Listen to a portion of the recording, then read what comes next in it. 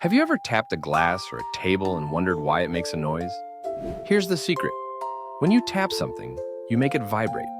These tiny vibrations travel through the air as invisible waves. When those waves reach your ears, they make your eardrums vibrate, and your brain turns those vibrations into sounds. Different objects vibrate in different ways, depending on their shape, size, and what they're made of. That's why a metal spoon sounds different from a wooden desk. Every tap creates a unique sound wave that your ears can catch and understand.